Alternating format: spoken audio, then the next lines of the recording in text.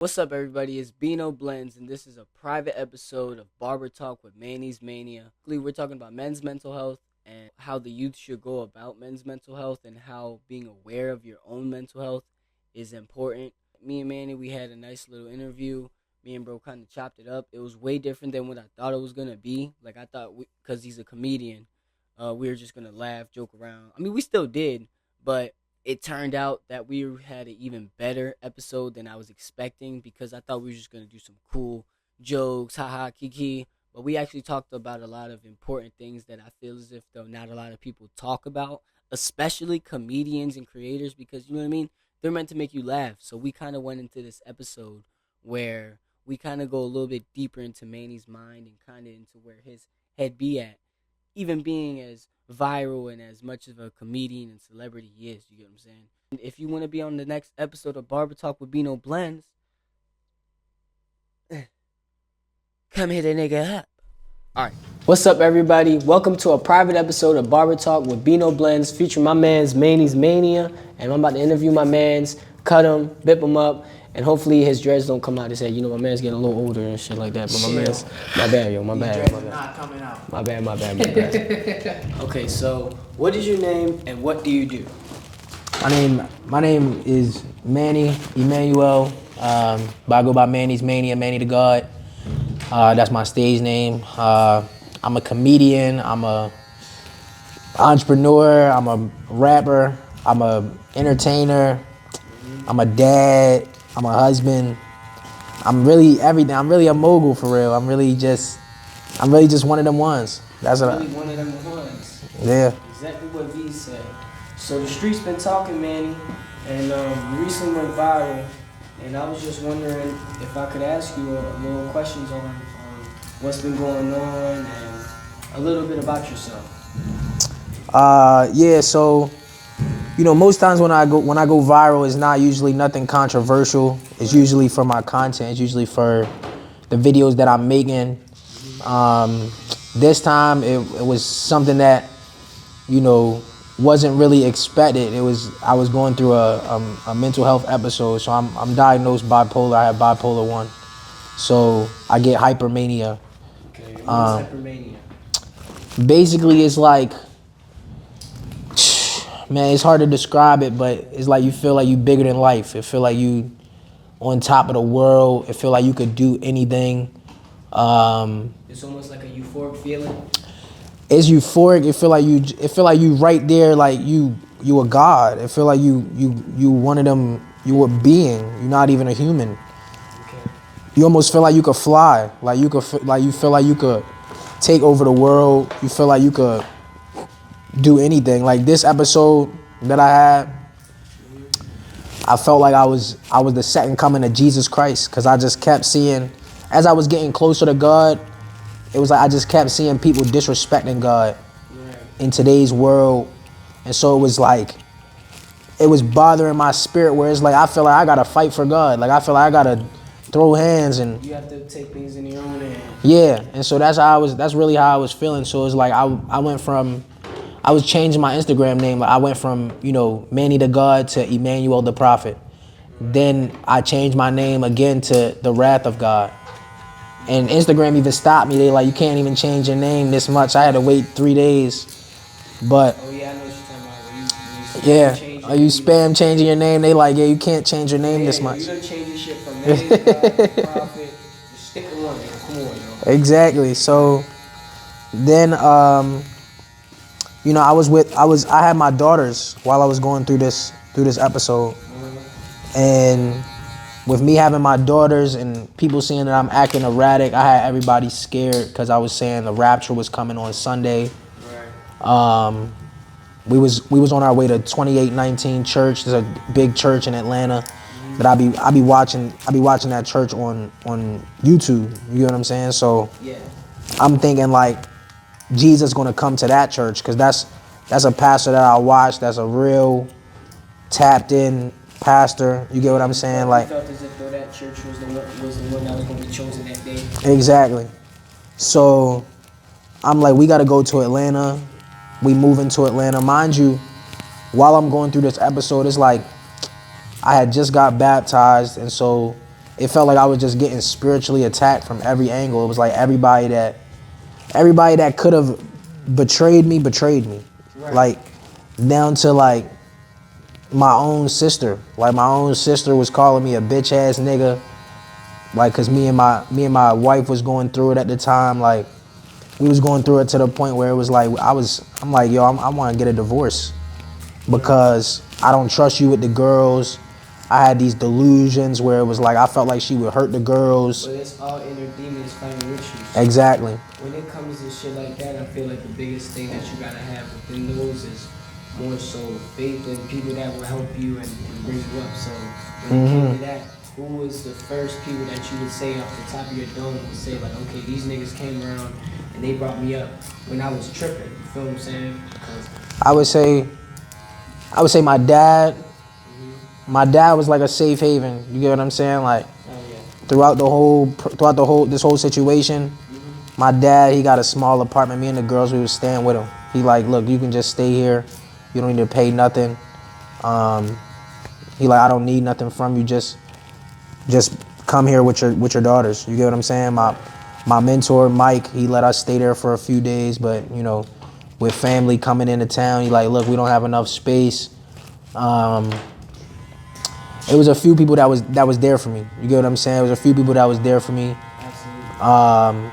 My management, Sheik, he was there for me. Like, he saw what I was going through, and he like, nigga, you not crazy. Like, it's a lot of shit going on. You get what I'm saying? It was just a lot of, it was a lot of outside stuff going on. Even with the real world, man, it's a lot of holy versus unholy right now. It's putting everybody at a big misfire. You feel me? Everybody's fighting within. Exactly, and it was like me trying to be closer to God.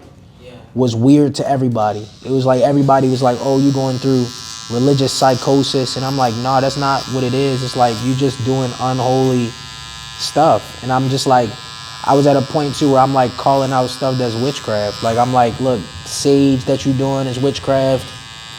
Like, I'm like shorties that I was like dealing with. You get what I'm saying? I'm like, look, my baby, you can't keep doing witchcraft if you want me to come around. That's what I'm telling. Having that negative energy. Yeah, I'm like, I could smell the sage in your house. Like, that's how I was. I'm like, I could smell this sage that you just burnt in here. So it's like, why are you doing this? And then you having me come around, and it was just all triggering. But like, it was one day, my daughter's chart was getting sent around to my family, like, cause she was sick. What's a my chart?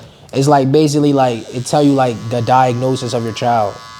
It's like if you go to the doctor, you get a diagnosis. My daughter, my chart getting shared around to my whole family, and my family's like, oh, you got your daughter sick, da da da da da, and I'm like, what? Like, that shit triggered me so bad. Make like drama and gossip out of here. Yeah, that shit triggered me so bad. I packed my daughters up. I packed everything up, and I'm like, we going to Atlanta. So that's when I decided to just go to Atlanta.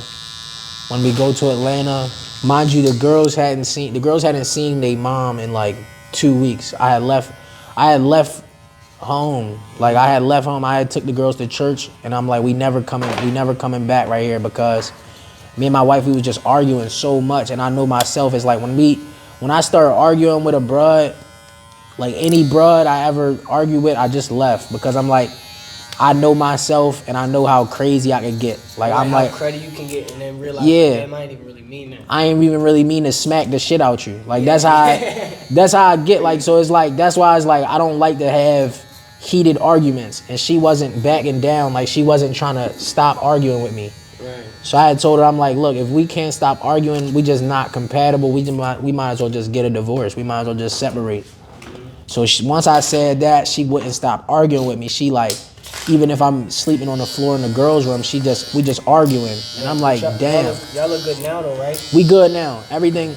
Cause it was all like, the whole thing was, I was having a manic episode. She didn't know.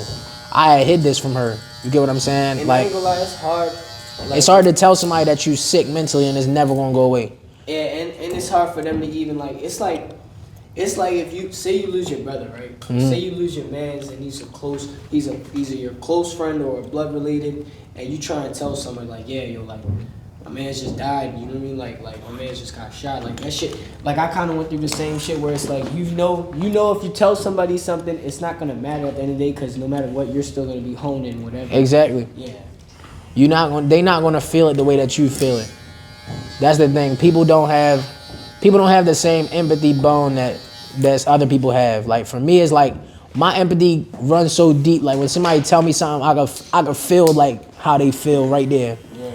And it's like if I say like I know how you, I could see how you feel. I really mean that shit. So it's like for me, you folding that little shit up, he gonna be mad. I'm killing this shit. Bird gonna be sick. But it's like he could roll out some more. Right now, within school, going to college, trying to go into their own careers, how important would it be to them to know that mental health is an important essence of where they want to be at in life, because it affects everything. You know what I mean? I think, man, it's a hard question to answer, because a lot of people don't even know how much mental health is going to affect you in life if you already have had trauma in your life. Right. If you've already had trauma in your life, this trauma is going to catch up to you if you never processed it the right way. You get what I'm saying? If you've never seen a therapist or a professional, and then eventually it's going to catch you. That's what happened to me. Like, I didn't get diagnosed till I was like 20, what was it? I want to say it was 2020. So 2020, I was what? This was 6 years ago. 23. So I was 23. Yeah, so I was 23. I was 22 or 23 when I got diagnosed. Okay. So that's how old I was. All the trauma from my whole life coming back to me at once, because I was so good at compartmentalizing that it was like hiding what was going on. Like, let's say I was going to school, like let's say I always do some funny with guys, always being funny, always joking. Yeah. Let's say I come into school, nothing was ever wrong. You get what I'm saying? I never went to the guidance counselor, never did nothing. So all of that trauma came back to me all at once at 23 years old. Right. Some of it didn't even come up right there, but most of it came up right there. Right. So one day you're gonna have to face that trauma. It's like your brain can't compute that much. Ruin your chance with that. Exactly. Like I done messed up so many relationships being bipolar. And and then you realize, bro, because with that shit, it's like a feeling. It's like you get up and then out of nowhere, bro, you just be angry. Like you feel hella aggressive. Like you feel hella aggressive. Like even sometimes my wife be like, ask you like, what you doing? How are you? Then you be like, oh my bad, I didn't even get in the middle. Sometimes I have a dream that my wife did some cruddy shit, and I just wake up mad. Like I wake up angry. Hate the bitch. Yeah, not the bitch. That's my wife. My bad. But that's the thing, like I'll wake up and I'll be mad, like I'll be looking at her sideways, like, can't believe you would do some shit like that to me. And she like, what's wrong? And I'm like, nothing, I'm good. And she the hell, that's how it be though. She like, what the hell, like what's wrong with you? Then I tell her like, yeah, like I had a dream that she like, babe, that's a dream though. Like you can't take every dream. I'm like, yeah, but sometimes dreams be coming true. Dreams be coming so true. It's like, you know what I mean? What you thinking about doing this? Like, what's going on? She like, babe, come on, like, stop. So you just gotta be careful with that. And so it's like different ways it'll come up. I love creating because when I'm creating is like all the crazy characters that I have in my head, all the people that I see, all the people that I despise, I can just create about them. You get what I'm saying? I don't have to fight people. Like when I'm hyper manic, I want to fight. I want to beat the shit out of somebody. But when I'm just regular, everyday, MannysMania, manic, I just create like every day I make fun of Bird because he like sour sop and he like a freaky nigga. You get what I'm saying? That's the little Asian like, shit.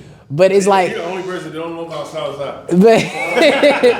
But I could literally just create a character for Bird and just be funny in that way. You get what I'm saying? Like I could just create a character. Like let's say it was a nigga pissing me off every day.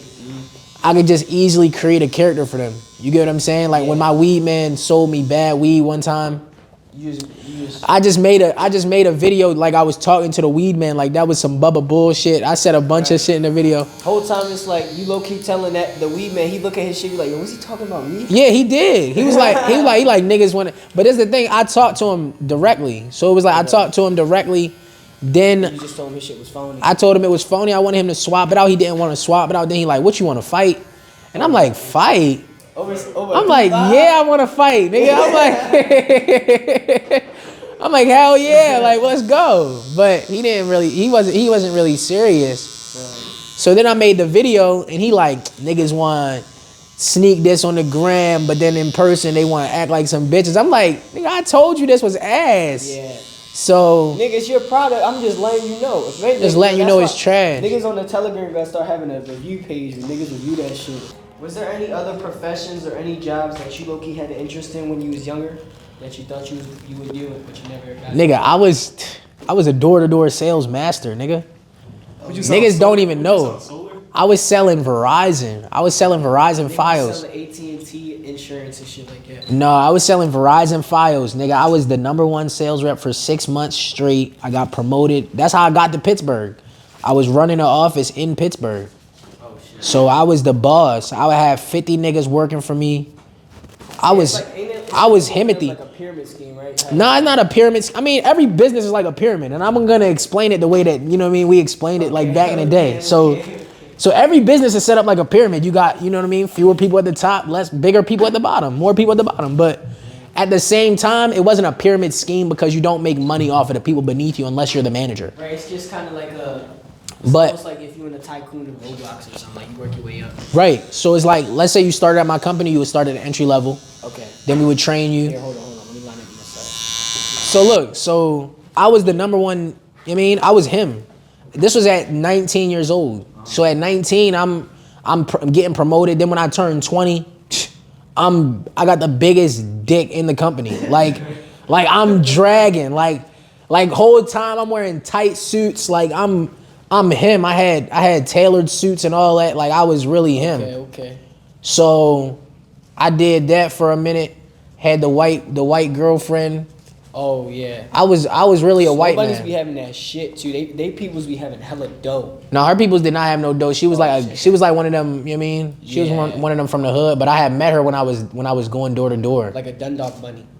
Yeah, but I had met her in Henrico, Richmond, like in Richmond, Virginia. I had met her out there in the hood. I was knocking in the hood. Oh, alright. And I'm like, what you doing out here? My baby. Like, I fine white chocolate ass. hit her with the Baltimore twang, hit her with the Baltimore accent. She didn't know what was going on. She said, why you talk like that? I said, I talk like this because I talk like this. What are you talking about? So I straight got her then. But I was just fake flirting. Then I leave my number. I'm like, let me know. I'm like, just hit me up if you got any questions. Yeah, it can't be the gram. You gotta be like, oh yeah, my Instagram notice be off, so make sure just to hit my shit. No. It was like I leave my number with all my customers for real. Oh, so you played that role with her. You know how I get out. Okay. So I'm like, yeah, just call me if you got any questions, or if you just want to spend some time with the boy. I hit her with that little line before I dipped. Then, she straight hit me that night, like, how do I set up the TV app? Let me come over and show you. I'm like, shorty trying to set up the TV app? Okay. So then that's when we started dating for real. But when you was booked, it was pretty chill. Like, fuck no. He was going crazy, nigga, man. Bro, I was losing my mind. I ended up fighting one of the COs because they told me I was in hell so much that I believed them. And then I'm like, all right, I'm gonna fight a demon. So I thought they was a demon. So I end up ripping the cell door open once they came around to do the checks. How the fuck you rip it open? Cause they popped it open. I'm thinking you really you broke the bars open or some shit on some venom shit. Hell no. Once they popped it open, he reached his arm in because I covered the door with toilet paper. Like the door window, and then I covered the camera with toilet paper so they couldn't see what I was doing. So they was like, take the toilet paper off the door. And I was like, no. And when he reached his arm in to take the toilet paper off, I just pulled that bitch open and I just started fighting them. And that's when they was like, oh. They came and they maced me. And then Yeah. That's when they actually start letting me out my cell. Because At this 12. nigga crazy. At 12 o'clock, they would come around and they would handcuff me. They would take me to the shower. They would take the handcuffs off, let me shower, and then they would re-handcuff me. I would get 15 minutes. That shit was the best 15 minutes of my life. What, the shower? Just the 15 minutes out of my cell, it made me feel like I was a human again. Yeah. Like, it made me feel like it wasn't hell. So it wasn't even like, 23-1, it was like 23-15. Yeah. What the fuck is that? Like 23 hours, like... Yeah, I was on 23:45 and 15. Yo, you know the nigga Sa? But, yeah, I know Sa. But it was like, at first I was on 24. Yeah, that's crazy. For 19 days straight. Can you use by this? yourself too, right? Or... Yeah. Are you able to get this used on you? Mm-mm. No, because it'll make ingrown hairs? Yeah. That's what it's looking like. It's looking like rose. Yeah, wait, somebody get the rose, yo. Hold on. Rose! Bose. Mommy all in her champagne. Bose. She didn't know. Rick Rose, I'm the Bose. What you mean? What's the hardest thing from coming home from the hospital? I would say the hardest thing about coming home from the hospital is just how you realize, like, not everybody really for you. Like, Yeah. you lose a lot of people because not everybody willing to put up with you and having a mental health issue. You know what I'm saying? They don't realize that it's not something that you could heal from. It's not something that you could really do anything about. It's just something that you can be medicated for. And if you go unmedicated, then it's going to be a problem regardless. You get what I'm saying? You're a real nigga, man. Trust me. I'm gonna take that off. Shh.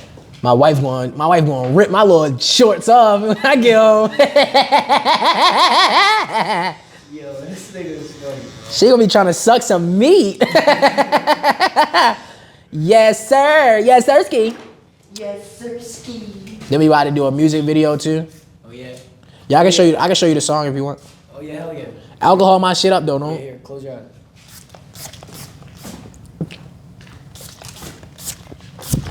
Grown man shit, nigga. Hit it right here. Hit it right here. One more time.